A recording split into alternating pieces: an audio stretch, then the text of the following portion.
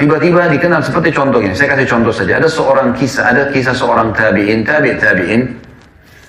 Dia lagi duduk dia dulu sering belajar sama gurunya, sama syekhnya, seorang tabi'in. Dan dia sama dengan teman-temannya.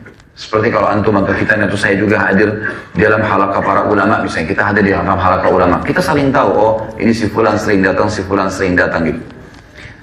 Satu waktu teman-teman sekalian, setelah 10 tahun dalam halaqah gurunya, tiba-tiba saja, ya, karena sudah 10 tahun belajar, dia mempraktekkan ilmunya. Dia buka halaqah di masjid yang juga sama di tempat gurunya, tapi di waktu yang berbeda, misal beda hari. Ya.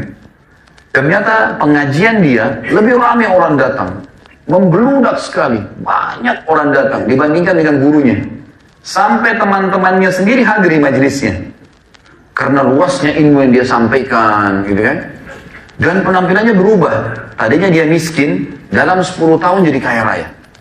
Kaya raya, luar biasa.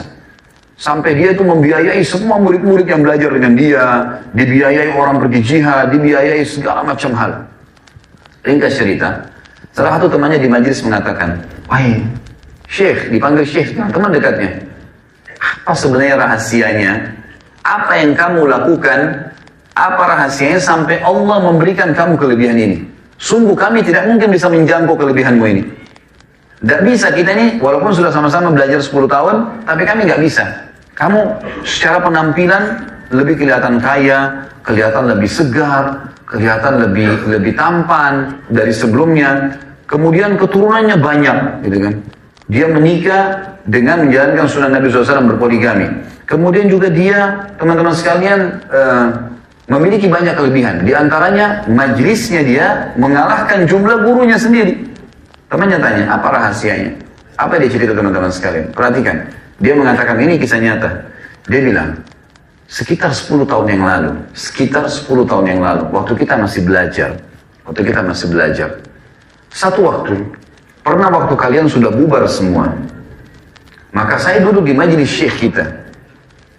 Lalu sementara saya lagi punya banyak pertanyaan yang saya ingin tanyakan, karena awal-awal belajar, tiba-tiba ada seorang laki-laki yang kelihatannya tampan, putih, badannya kekar. Kelihatannya orang ini ada juga bekas kekayaan, tanda kekayaan. Dari pakaiannya, dari penampilannya. Dia mendekati syekh kita, lalu dia berkata, Syekh, saya mau minta, waktu itu orang bilang imam, wahai imam, saya mau minta dari Anda jodoh buat anak perempuan saya. Jodoh buat anak perempuan saya. Maka saya minta Anda yang tunjuk.